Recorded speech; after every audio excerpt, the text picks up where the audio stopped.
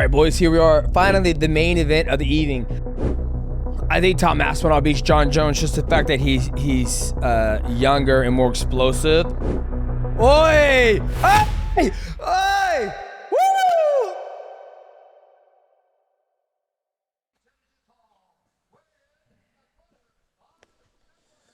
All right, here we go, boys. Charles Oliveira taking on Michael Chandler, the co-main event. The first one was an absolute banger. You can bet your sweet ass this one is going to be an absolute banger. Here we go.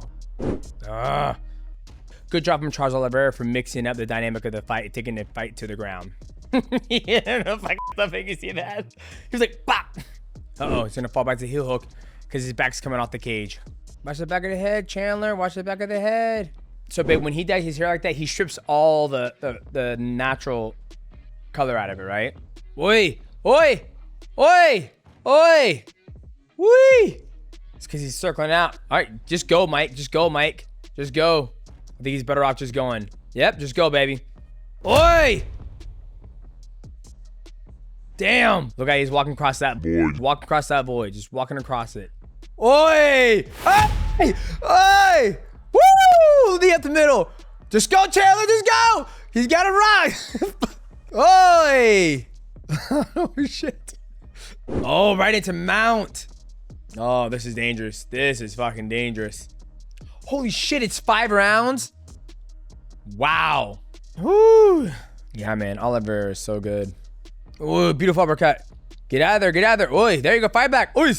See, each time Chandler goes, he backs out and Oliveira fires with that right hand. Look at the patience of Oliveira. There's that body triangle, and he has the cage, so he can't turn into that way. So now he's stuck facing towards the middle of the octagon. You see how powerful jiu-jitsu is, boys? He's laughing. Good for him. Oi! Oh, there you go, Chandler. Oi! Oi! You're throwing too fast, that boy, dog. He's gonna try to break the draw. Oh. Wow. Crazy. All right, here we go. Comes down to this. Chandler needs a knockout. Ooh, that hurt. There it is. Oh! Oh! Oh, shit!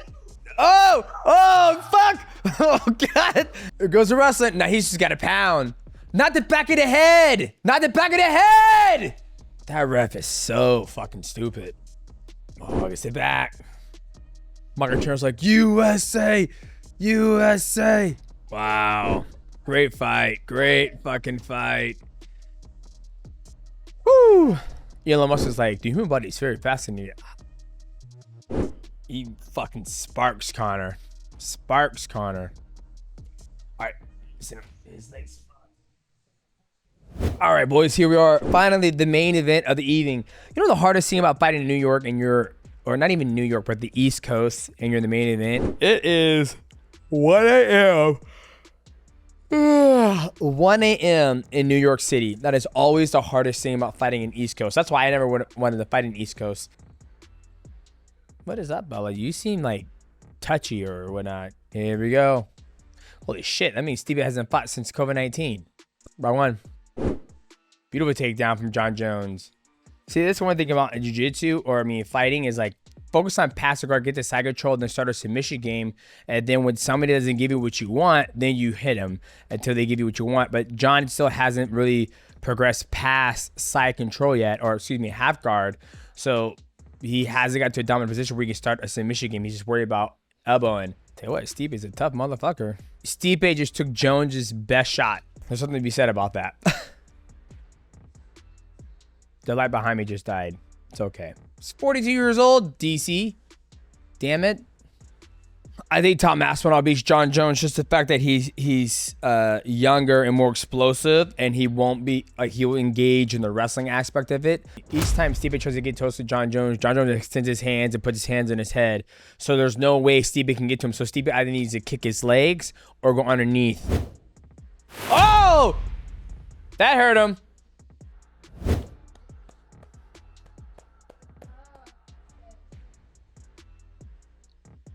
He does a Trump dance. That's hilarious. All right, let me get an office to break this down. Wasn't surprised. Like I said, Stipe is one of the best, but when you're 42, even Jon Jones looks slow tonight, and that's just the evolution of a man as they get older.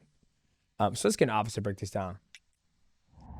I want you to know this video is sponsored by PRIZEPICKS, and boys, we had so many picks on PRIZEPICKS, and we landed on 2 actually. If you want to play some PRIZEPICKS and play the game, it's a daily fantasy sports game that you can play directly from your phone. All you gotta do is go to your app store, download PRIZEPICKS, and when you do that, make sure you use my promo code Mighty. They have a cool promotion going on right now. You play $5 and you're gonna win 50 no matter what happens in your lineup. So we went with Paul Craig landing 9.5 significant strikes. He landed way more than that. Then we went with Michael Chandler landing 28.5 significant strikes. He landed way more than that. And then we went with Jon Bones Jones not landing 2.5 takedowns. He would have to land 3 takedowns. And I figured if Jon Jones was able to take Stipe down 1 or 2 times, he probably would finish him. He almost finished Stipe in the first round with the elbows from top, trying to do that 12-6, but we were able to clear out some bang, bang, chitty, bang, bang, made some money off PRIZEPICKS, and you guys can win money too, or enjoy yourself by making the game a little more interesting when you have some picks in your lineup. So once again, go to your app store, download PRIZEPICKS, use promo code Mighty. Cool promotion going on right now. Play $5, you're gonna win 50 no matter whatever happened in this lineup. Boom, ladies and gentlemen, welcome back to the channel, and we just got done watching UFC 309 Jones taking on Stipe Miocic, and it was an amazing card. Jon Jones retained his title. I thought he would. You know, I felt him taking on Stipe, who has been as active as any of the heavyweights on the roster. You know, he wasn't as fast. He was a lot tougher than I thought he was going to be, but we'll get to that at the end of the instant reaction. But the co-main event was an absolute banger. I knew it was going to be Charles Oliveira versus Michael Chandler. Did not disappoint, not one bit. A lot of people probably wanted a little more, but the amount of technique between both those guys was through the roof. Mostly Charles Oliveira. How tough Mike Chandler is just out of this world. And then you had Paul Craig taking on Bo Nickal. And we're going to start there. So, you know, this is a big step up in competition for Bo Nickal. A lot of people got to understand that he doesn't have any amateur career in the mixed martial arts. So if you guys didn't know that, you guys go back and check out the Mighty Cast we had him on. He talked about how he is taking his time, and every fight is a new experience for him, meaning that he's fighting guys that are a lot better, have a lot more experience than he does. So with that being said, you saw the experience factor from Paul Craig versus Bo Nickal. You have Paul Craig, who is very, very dangerous off his back. And when he goes to his back, he has a beautiful triangle that he submitted a lot of high-level guys, you know, Jamal Hill and Ankalaev. He submitted both those guys. Sorry, I want to make sure I got those guys' names correct. Ankalaev won. But Bo Nickal didn't use not one bit of his wrestling. And a lot of people kind of negate what got him to the dance, which is that wrestling ability. And the best equalizer to jiu-jitsu is wrestling and punching somebody in the face. But we didn't see Bo Nickal attempt a takedown not once. And Paul Craig never really initiated pulling guard like he has in the past when he gets hurt. I think Paul Craig was trying to show him that maybe he doesn't belong there, he's not ready for that. But you know what? Bo Nickal took no damage. He got through the fight. Not a lot of, you know, big moments. Bo Nickal did hurt him a couple times in the fight, but you know, it was a little bit lackluster because I was, you know, thinking that Bo Nickal was going to finish him. But we got a W on that one because we picked Bo Nickal to beat Paul Craig. Now let's go to the co-main event.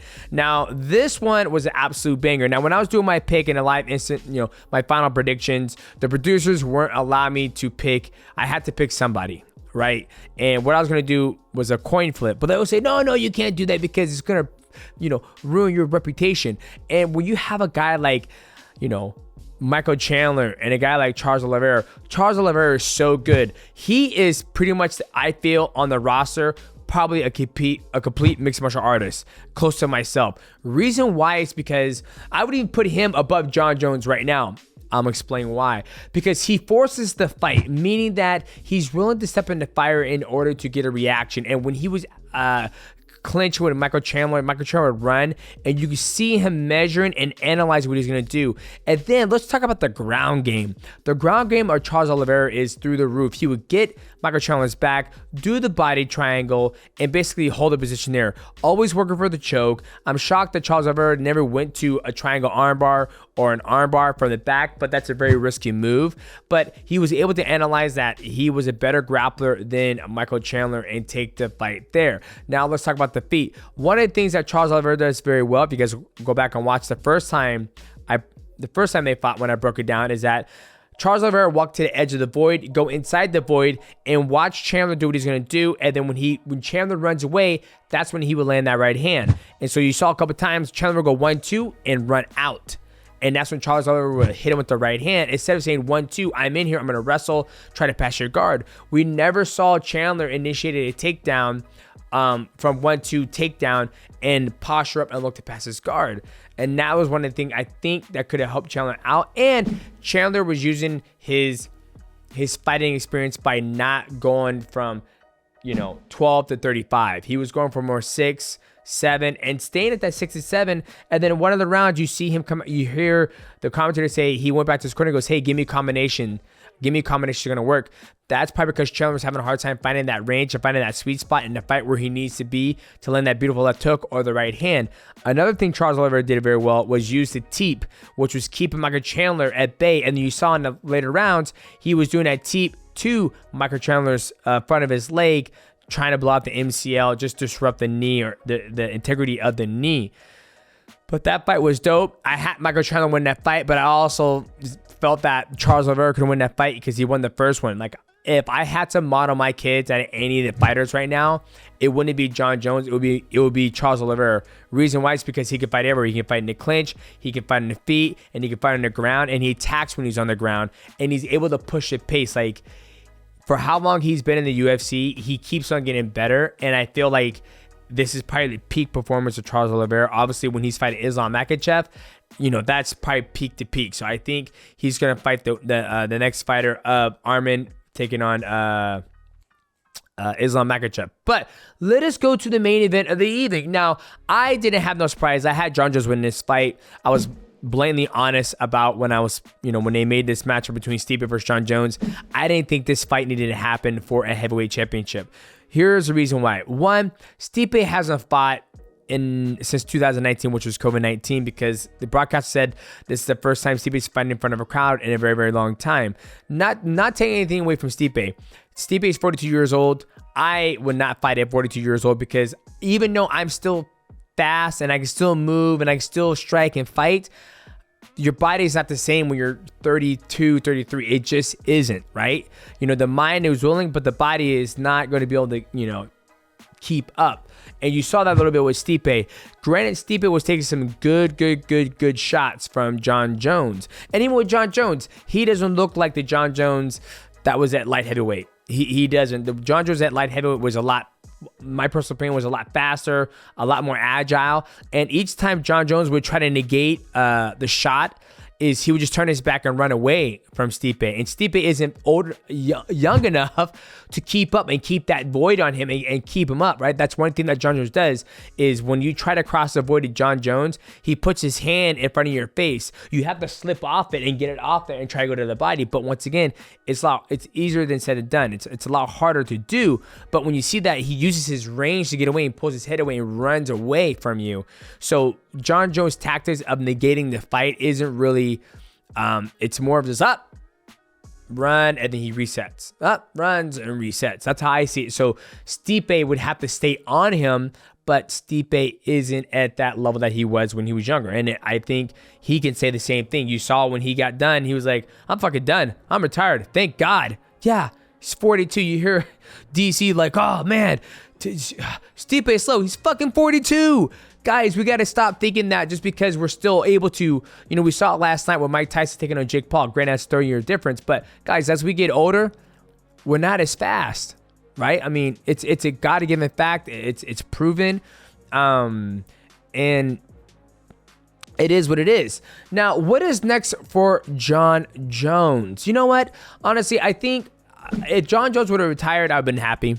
Jon Jon Jones versus Alex Pereira, I think that's an easier fight. I think Jon Jones is going to be able to take him down and pass his guard. Yes, he would have to deal with Alex Pereira's stand-up, but that's easy to nullify, which is to take him down, and then he can be able to, you know, have his way with him, pass his guard, elbow him. You know, I think that's how the fight will go down.